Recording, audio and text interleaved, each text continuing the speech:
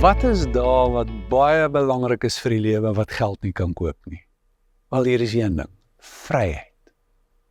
Paulus skryf in Efesiërs 6, vir slawe en vir eienaars, julle het 'n probleem.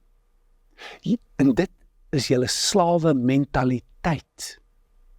Hy sê vir julle, kom julle slawe van julle baase, julle soek net erkenning, aanvaarding.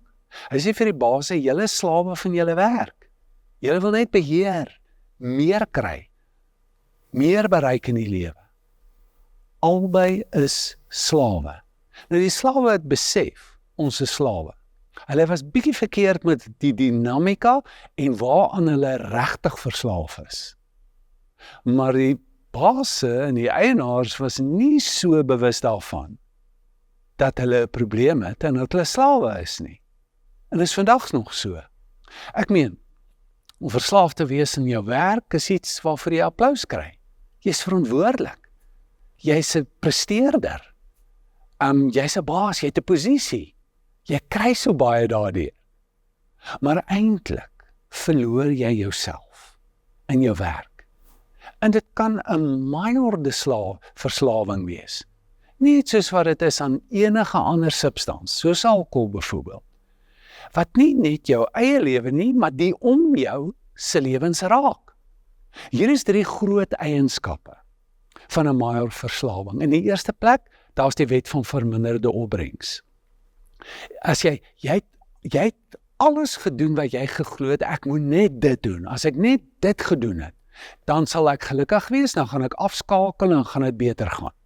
Maar jy kry weer iets anders. Jy skep, want nou voel jy 'n gemis. Ek het die stimulasie nodig en dit wat ek gedoen het, gee dit nie meer vir my nie. Ek moet meer doen, ek moet ander goed doen. Dis die eerste groot teken. Die tweede groot teken is as jy dit nie kan los nie. Jy gaan op vakansie. Jy moet jou werk saamvat. En natuurlik rasionaliseer, jy het jou redes.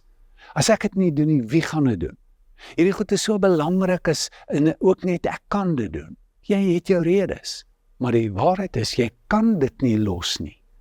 Jy het onttrekkingssimptome.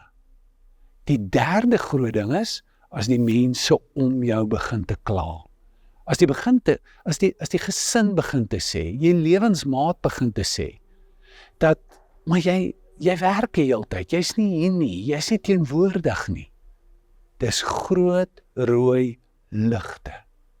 Jy is slaaf. Jy het nie vryheid nie. En hier is die goeie nuus wat Paulus gee. Daar is 'n ander soort lewe. 'n lewe van vryheid. Dit oortref verslawing.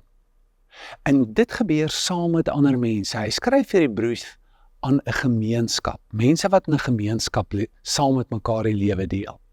En wanneer jy op 'n sekere manier begin lewe saam met hom, wanneer jou lewe om hom begin te draai, nie meer om beheer nie, nie meer oor om aanvaarding nie, of wat ook al jou verslawing is nie, maar om hom, dan begin jy met nuwe oë na die lewe te kyk, jy kyk anders na jouself, na die lewe na hom, en jy ervaar vryheid.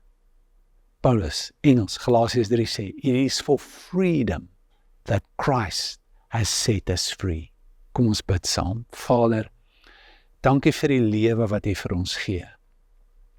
Maak ons so oop, help ons om dit te kan sien, help ons om oor te kan gee, te vertrou op U en in hierdie lewe in te stap in Jesus se naam. Amen.